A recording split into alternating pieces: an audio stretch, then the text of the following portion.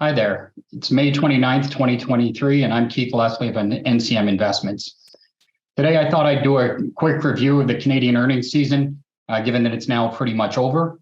As a reminder, in terms of earnings surprises, historically, we found about 40% of companies beat expectations, 40% meet expectations, and 20% miss expectations. We kind of use this to gauge if earnings season is better or worse than normal and make adjustments based on that.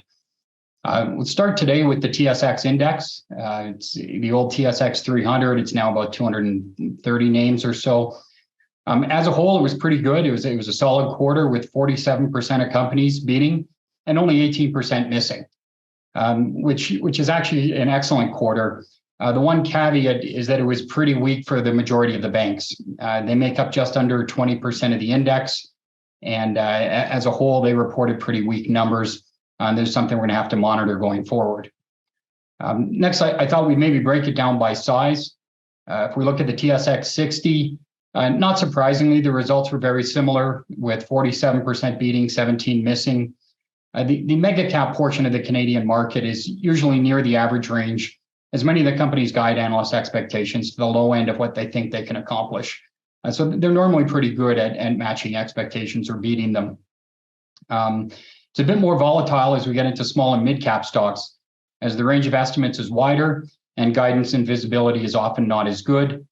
Also, remember that a one-time event in a small cap company will likely cause them to miss expectations. Whereas in a large cap name, that one-time event can be offset by strength in one of the other many divisions or segments that they have. Having said all that, mid-caps also had an excellent quarter as they posted a very strong 48% of companies beating and only 18% missing. So again, on the mid-cap side, it was a strong quarter. Finally, though, the small caps was a bit of a mixed bag this quarter. They're either good or bad. 45% of companies beat, which is excellent, but 30% of companies missed.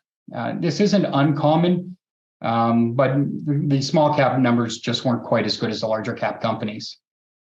Now, there's kind of a second stage to this, and over the years, we spent a little less time worrying about the reported numbers, even though they're important, but we spent a little more time on watching what the analysts do their expectations post the quarter end.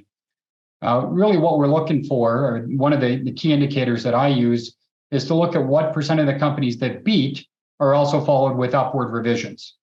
I've said this in the past, and of all the companies that beat, we would expect that about 80% of them have upward revisions following to their annual, after Q1, following to their annual numbers. So again, 80% of those companies should have upward revisions for the year. Logically, that should make sense. If the first quarter is better than expected, the rest of the year, even if it remains the same as initial expectations, will be a little better. So we would expect that to happen. In the latest quarter here, it was significantly better than last quarter, which gives us some comfort in the earnings numbers going forward. However, they were still a little lower than we'd like. As I said, it was about 80% is a number we'd like to see. Of the companies that beat expectations on the TSX, 65% of them had upward revisions versus 44% last quarter. So as I said, it's an improvement. It's moving in the right direction. It's just not quite where we'd like to see.